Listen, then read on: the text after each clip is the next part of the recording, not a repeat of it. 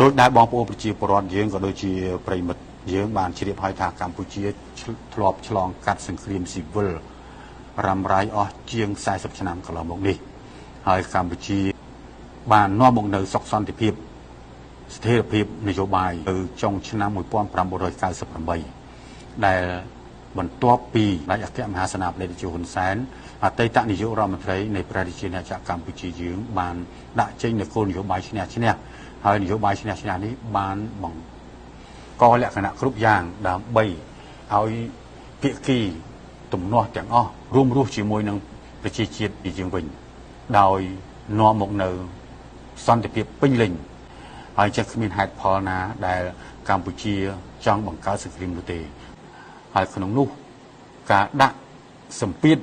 តាមរយៈនៃការគម្រាមពីភាគីសៀមទៅលើការផ្ដាច់ចរន្តអគ្គិសនីការផ្ដាច់ប្រព័ន្ធអ៊ីនធឺណិតការបិទច្រកទ្វារព្រំដែនដែលជាប់ទៅនឹងប្រទេសកម្ពុជាទៅលើការនាំចូលផលិតផលផ្សេងពីសៀមចូលមកកម្ពុជានិងផលិតផលកសិកម្មចូលមកកម្ពុជាដោយគេយល់ឃើញថាប្រហែលជាកម្ពុជាស្ថិតនៅក្នុងកលៈទេសៈ30ឆ្នាំមុនការយល់ច្រឡំបែបនេះគឺជាការខកចិត្តមួយយ៉ាងធំរបស់ភាគីសៀមចំនួន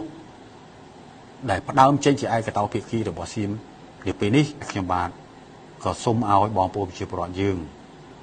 ប្រែคล้ายពីការជួយចាប់ប្រកបដោយភាពអត់ធ្មត់ទៅជាការតស៊ូបណ្ដោះស្មារតីស្នេហាជាតិបណ្ដោះការគ្រប់គ្រងនៅស្នាដៃផលិតផលរបស់ប្រជាជនកម្ពុជាក្នុងន័យរស់ដោយខ្លួនយើង